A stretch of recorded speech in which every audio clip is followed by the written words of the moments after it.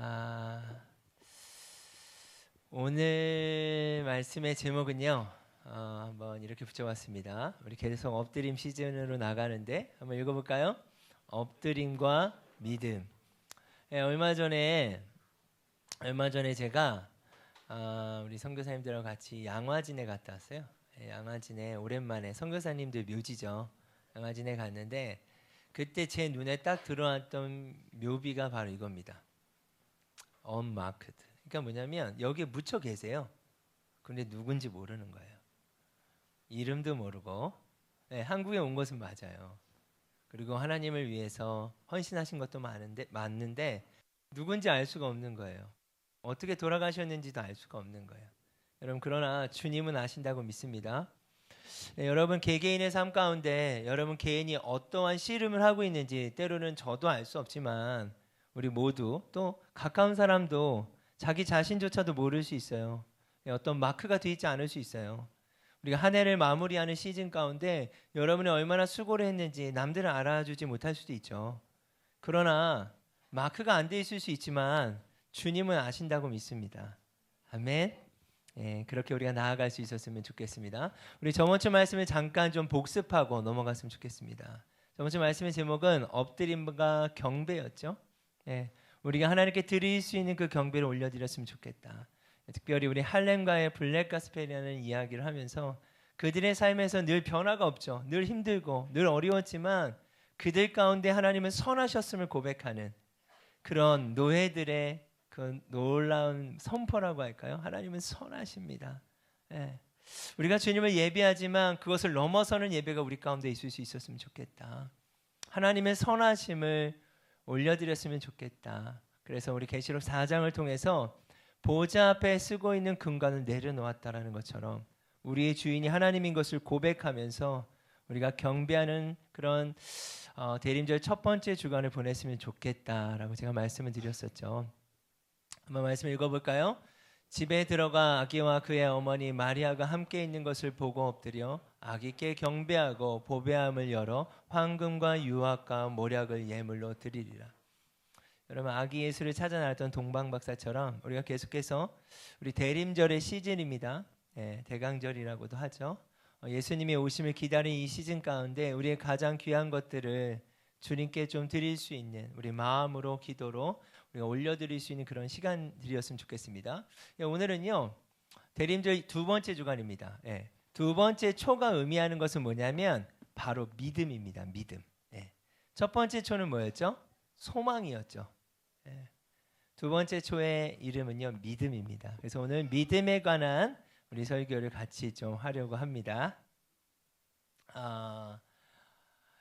이 사람이 누구냐면요 도미티아누스 황제예요. 네, 계시록이 쓰여졌던 당시에 황제였는데 네로 때도 그랬지만 이 사람은요 정말 믿는 그리스도인들을 많이 핍박했습니다. 특별히 젊은 나이에 황제가 됩니다. 그의 형이 죽게 되면서 준비가 되지 않았던 그가 황제가 되는데, 그래서 보면 이 황제가요 자신이 원래 그 당시에 보면 왕들이 죽으면 신이 됐거든요.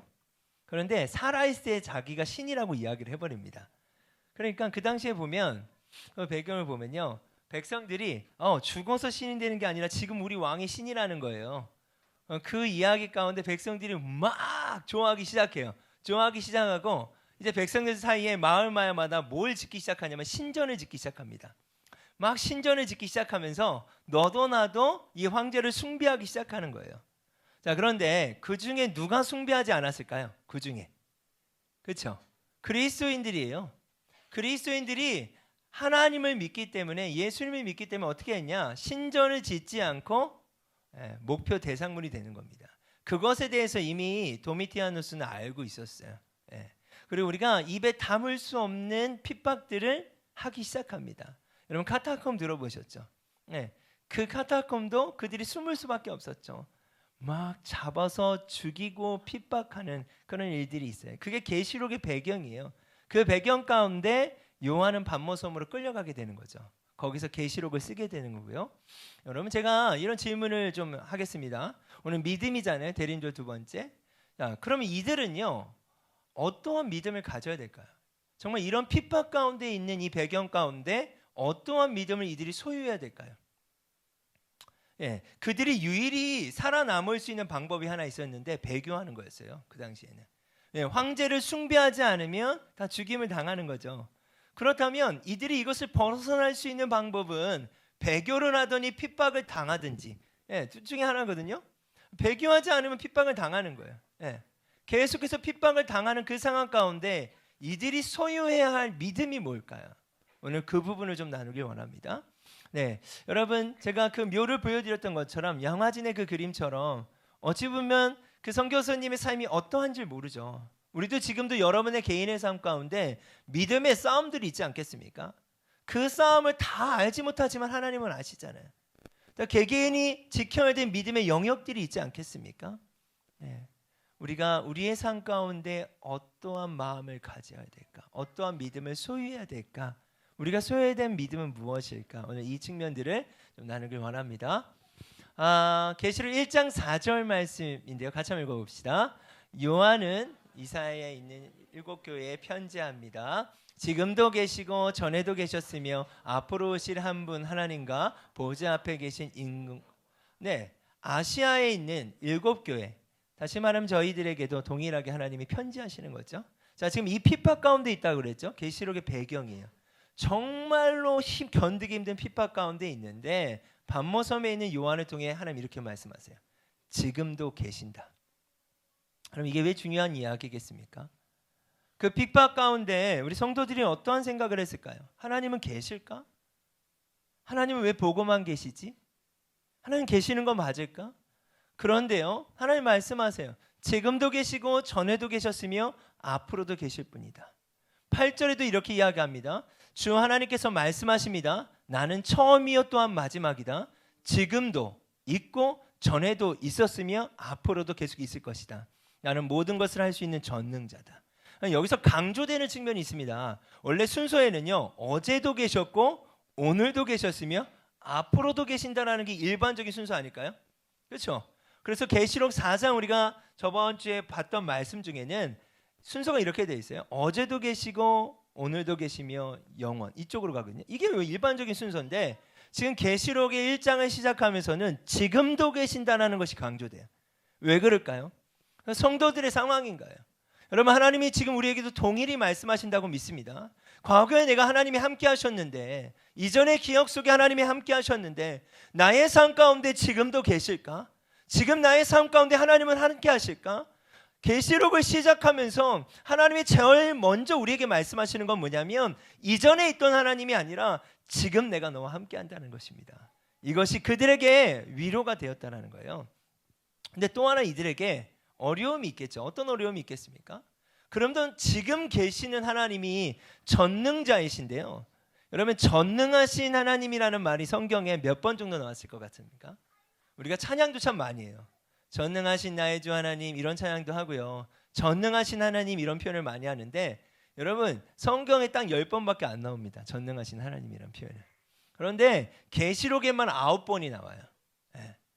전능이라는 말은요, 전쟁적인 의미가 있어요. 군사적인 의미가 있어요. 이 말은 뭐냐면 그 모든 것 가운데 이기시는 하나님이라는 거예요. 지금 어떤 상황입니까? 핍박과 골고와 순교와 그 어려움 가운데 있는데 하나님이 누구신지를 설명하는데 하나님이 전능하신 하나님이라는 거예요. 그럼 이 상황을 어떻게 받아들일 수 있을까요? 그 고난 가운데 있는 성도들이 어떻게 받아들일 수 있을까요? 동일하게 우리의 삶의 영역 가운데 우리가 전능하신 하나님을 선포하면서 여전히 쉽지 않은 나의 삶을 우리가 어떻게 이해할 수 있을까요? 이런 질문입니다. 그 성도들에게 너무나 심각했던 질문이죠. 그것이 무엇입니까? 하나님은 계실까? 안 계신 거 아니야? 여러분, 그들의 역사를 보고 그들의 고백을 보면요, 고통의 문제는 그들에게 그렇게 어려운 건 아니었대요. 그런데 가장 힘들게 했던 것이 무엇이냐면 하나님의 침묵과 부재랍니다. 힘든 거는 참을 수 있는데 하나님이 안 계신 것 같고 침묵하시는 건 대해서 너무나 두려웠다는 거예요. 우리도 그렇지 않습니까? 어려서부터 교회를 다니셨던 또 어떤 배경 가운데 여러분은 어떻게 신앙생활을 하시던 우리가 믿는 하나님이 계신다라는 것을 믿는데 어느 순간 내 어려움 앞에 또 나의 고민 앞에, 그 환경 앞에 하나님이 보고만 계시는 것 같고 침묵하시는 것 같고, 아니 나아가서 계시지 않는 것 같은 불안감이 우리 가운데 있을 수 있지 않겠습니까?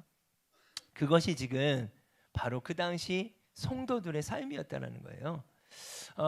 에베소 1장에는요 이런 말씀이 나오죠. 모든 통치와 권세와 능력과 주권과 이 세상뿐 아니라 오는 세상에 일컫는 모든 이름 위에 뛰어나게 하시고 또 만물을 그 발 아래 복종하게 하셨다. 세상의 통치 모든 것과 지금도 마찬가지고 앞으로 올 모든 세상의 권세와 능력을 예수님이 그 발 아래 굴복시키셨대요. 네. 그리고 교회 머리가 되셨대요. 우리와 함께 하신대요. 그런데 그분은 어디 계시냐라는 질문이 되는 겁니다. 네. 이것이 그들에게 실질적인 문제였어요.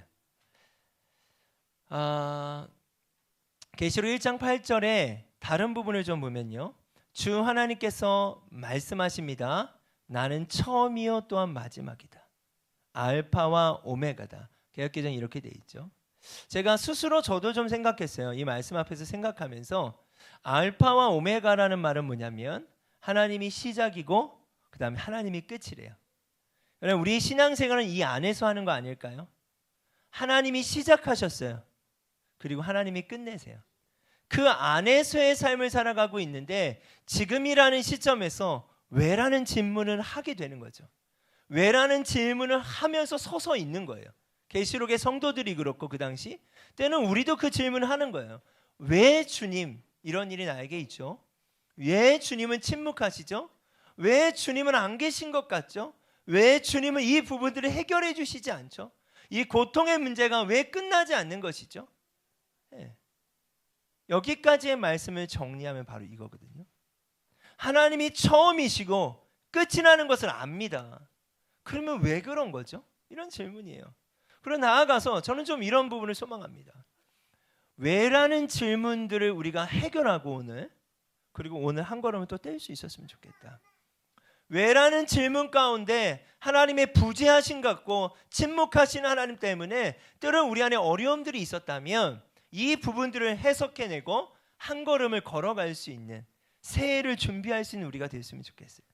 여러분 대림절의 시간이 교회력에서는 뭐라고 그랬죠 제가? 저번 주에? 네, 새해예요. 그게 교회력이에요. 우린 지금의 달력은 이게 연말이지만 교회력에서는 이게 새해예요. 새해를 이렇게 준비하는 거예요. 이 새해를 준비하는 우리 가운데 어떠한 믿음이 요구되는 것인가? 우리가 계속해서 좀 말씀을 봤으면 좋겠습니다. 여러분 욥에 대한 이야기는 너무나 잘 아시죠? 이 그림은요. 욥이 알 수 없는 고통을 당하지 않습니까? 그렇죠? 순간 자신의 재산들이 다 없어져 버리고 자식들이 다 죽게 돼요. 하나님이 욥을 시험하신 거죠. 사탄을 통해서.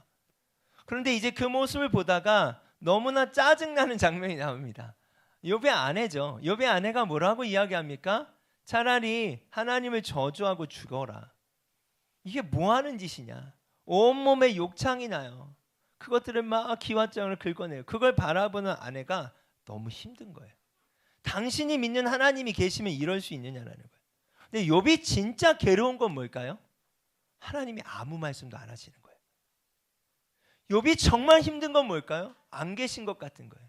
이 이후에 친구들이 찾아오지 않습니까? 새 친구가 찾아와서 뭐라고 하냐면 야 욥아 유별나게 그러지 좀 마. 너가 그런다고 세상이 바뀌겠니? 세상은 원인과 결과가 있는 거야. 지금 네가 이렇게 당한 거, 너가 이렇게 네 자식들이 죽은 거, 네가 이렇게 온몸에 이렇게 욕창이 난 거 다 너 죄 때문이야. 그런데요 욥은 스스로 생각할 때 하나님께 죄진 게 없는 거예요. 근데 이 질문 해결을 못하는 거예요. 그게 욥이 너무 괴로운 거예요. 욥기 19장 말씀을 제가 참 좋아하는데 19장에 그래서 이런 표현을 합니다. 내 말들이 모두 기록된다면 그것들이 책에 기록된다면 철필이나 납으로 기록하고 바위 위에 새겨 영원히 남겨진다면 얼마나 좋을까? 이게 어떤 표현인지 아십니까? 너무 불안한 거예요. 내가 끝까지 하나님이 침묵하시고 하나님이 부재한 것 같고 아무 말씀을 안 하시지만 그럼에도 우리 저번주 말씀처럼 하나님은 선한 것을 믿는 거예요. 그런데 그렇게 고백하는 자신마저도 자신이 없는 거예요. 그러니까 이 철로 새겨진 이 바위가 바위처럼 지금의 내 마음과 내 말들을 기록해주고 이것이 영원한 변함이 없었으면 좋겠다. 없어지지 않았으면 좋겠다. 이런 고백을 욥이 하는 거예요. 그리고 이런 고백을 합니다. 내 구세주께서 살아계신다는 것을 내가 이미 알고 있으니. 예.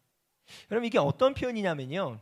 여기서 구세주라고 하는 말은 기업 물을 자라는 말의 뜻을 갖고 있어요. 우리가 생각하는 그냥 예수님 구주 이런 의미가 아니라 기업을 물을 자. 다시 말하면 이제 아들들도 다 죽었죠. 대신해서 기업을 물을 자도 없는 거예요. 그런데 나의 모든 것은 다 사라졌어요. 여러분 기업 물을 자라는 의미가 무엇입니까?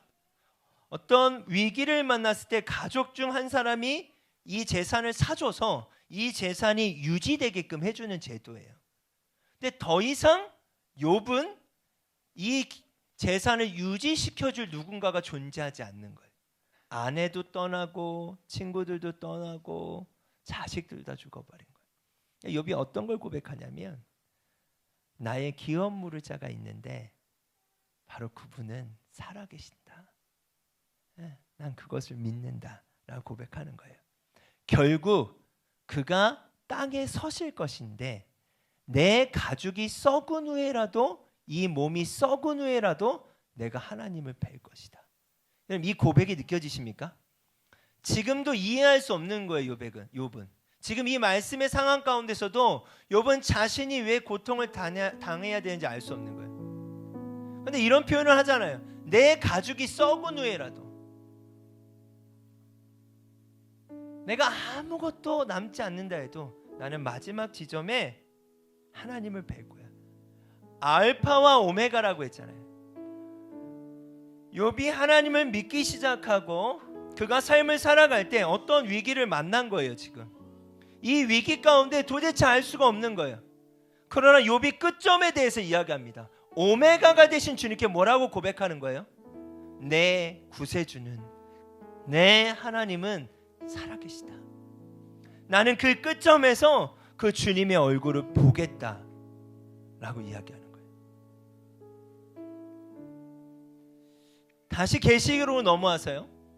계시록 7장 말씀에 보면요. 이 일 후에 내가 보니 각 나라와 족속과 백성과 방언에서 아무도 능히 셀 수 없는 큰 무리가 나와 흰 옷을 입고 종려가지를 들고 보호자 앞과 어린 양 앞에 서서 큰 소리로 외쳐 이르되 구원하심이 보호자에 앉으신 우리 하나님과 어린 양께 있도다. 모든 천사가 보호자와 장로들과 내 생물의 주위에 서 있다가 보호자 앞에 엎드려 얼굴을 대고 하나님께 경배하며 이르되 아멘. 찬송과 영광과 지혜와 감사와 존귀와 권능과 힘이 우리 하나님께 세세토록 있을지어다. 알파와 오메가 되신 그 주님 안에 우리가 삶을 살아가는 거죠. 욥이 어떤 고백을 하는 거예요? 내가 그날에 이 마지막 때 주님의 얼굴을 배울 것이다. 그 주님의 얼굴을 보게 되는 장면이에요. 큰 소리로 외쳐 가로되 구원하심이 보호자에 앉으신 하나님과 어린 양께 있도다. 내가 이 고난들이 있었지만 이 지점에서 하나님을 배울 수 있었던 것은 구원하심은 나의 어떠함이 아니라 바로 어린 양께 있도다. 그래서 이것에 대한 질문을 합니다. 장로 중 하나가 응답하여 나에게 이르되 이 흰옷 입은 자들이 누굽니까? 그렇게 고백하는 자 중에 욥이 있겠죠? 왜요? 그 고통 가운데 나는 그 끝점에서 주님을 볼 것이라고 고백했던 욥이 있잖아요. 장로 중 하나가 그 흰옷 입은 자들이 누구며 어디서 왔냐라고 내가 왔느냐고 물어봤을 때 내가 말하기를 내 주여 당신이 아시나이다 하니 그가 나에게 이르되 이는 우리 빨간 글씨 한번 읽어볼까요? 시작.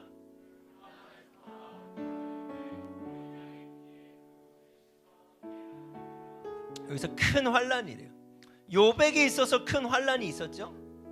더하여서 계시록에 쓰여진 그 성도들의 그 환란이 있지 않겠습니까?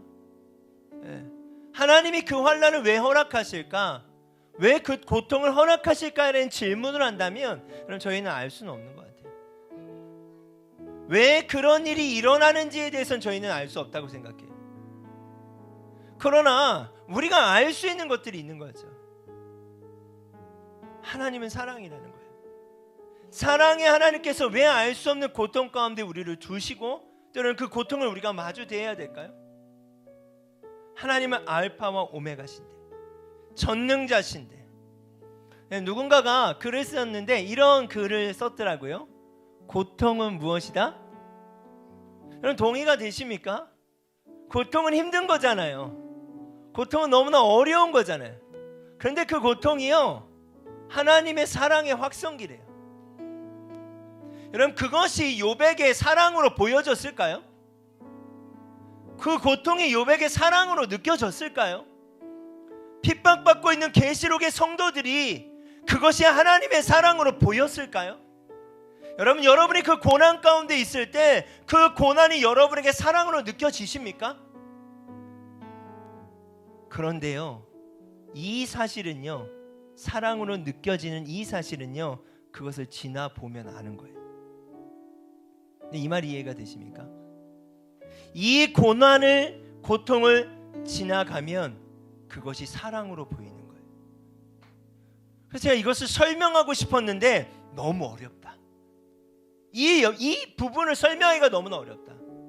그러나 왜라는 질문들을 우리가 하게 되고, 알파와 오메가가 되시며 그분이 전능자임을 믿음으로 그 고통과 고난 가운데 우리의 믿음을 지켜나갈 때 이 고통의 순간이 지나가고 우리가 알게 되는 거예요. 하나님의 이 고통은 하나님이 우리에게 허락하시지 않았다면 이 일이 일어나지 않는데, 이 고통은 사랑의 확성기구나. 하나님은 사랑이 맞구나.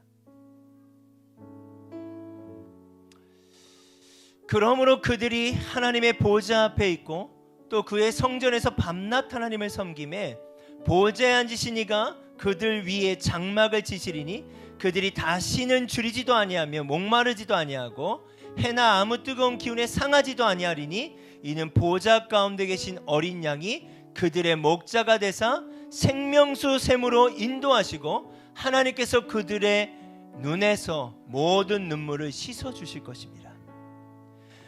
우리가 알파와 오메가 되시고 처음과 끝이 되시는 그 하나님이 허락한 인생을 살아가고 있는데, 하나님이 허락한 인생을 살아가다가 어떠한 어려움들을 만나게 될 때 하나님이 부재하신 것 같고 침묵하시는 것 같지만 오늘 이 말씀을 보면 알고 계신다는 거예요. 너희 눈에서 그 순간순간 흘렸던 그 모든 눈물을 내가 닦아줄게. 다시는 상하지 않게 해줄게. 다시는 너희를 해하지 않게 해줄게. 내가 너희 위에 장막을 쳐줄게. 다시는 누구도 너희를 건드리지 않게 해줄게. 여러분, 이 하나님의 사랑의 마음이 느껴지십니까? 그럼에도 하나님은 왜 그렇게 두실까요? 그럼에도 왜 하나님은 그 일들을 허락하실까요? 그것이 우리가 이해하기 어려운 하나님의 사랑인 거예요. 우리가 다 이해할 수 없는 하나님의 사랑인 거예요. 시편 23편 4절입니다. 같이 한번 읽어보겠습니다. 내가 사망의 음침한 골짜기로 다닐지라도 해를 두려워하지 않는 것은 주께서 나와 함께 하심이라. 주의 지팡이와 막대기가 나를 안위하시니. 여러분, 사망의 음침한 골짜기가 무엇이겠습니까? 위험하다라는 거예요. 아주 위험하다라는 거예요. 우리의 인생 가운데 사망의 음침한 골짜기가 있다라는 거예요. 다닐지라도 못 가게 하신다는 얘기가 아니에요. 사망의 음침한 골짜기로 다닐 수 있다라는 거예요. 그러나 해를 두려워하지 않는 이유가 무엇입니까? 주님이 함께 하시기 때문에. 욥의 그 사망의 음침한 골짜기 가운데 하나님은 여전히 함께 하셨어요. 우리가 알 수 있는 방식이 아닐 수 있죠. 왜요? 우리가 그것을 인정해야 되지 않겠습니까? 하나님의 초월하심을 인정해야 되죠. 하나님의 계시라고 하는 건요, 계시는 보여진다는 뜻인데, 하나님의 계시는 말씀을 통해 우리가 알 수 있는 통로로 보여지는 그런 공유적인 속성의 계시가 있지만, 공개되는 계시가 있지만요, 우리가 인정해야 되는 건 뭐냐면, 믿음이라고 하는 것은요, 알 수 없는 것은 알 수 없는 것으로 믿는 거예요. 그것은 뭐예요? 초월적인 영역이에요. 하나님만의 영역이 있다라는 거예요.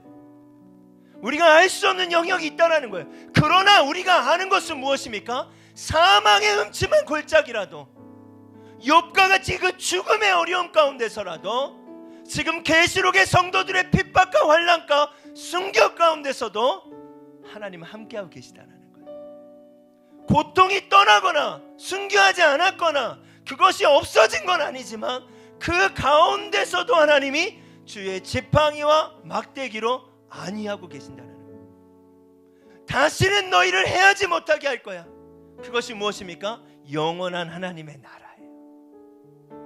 다시는 너희를 줄이게도 하지 않을 거야. 내가 아는데 다시는 너가 힘들지 않게 할 거야.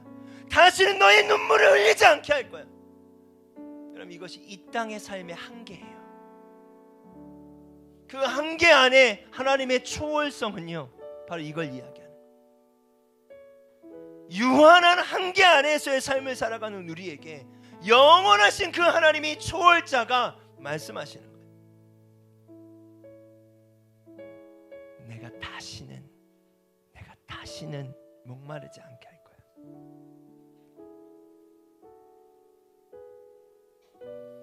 욥기 42장 4절과 5절인데요, 같이 한번 읽겠습니다. 주님께서 들어라, 내가 말하겠다, 내가 묻겠으니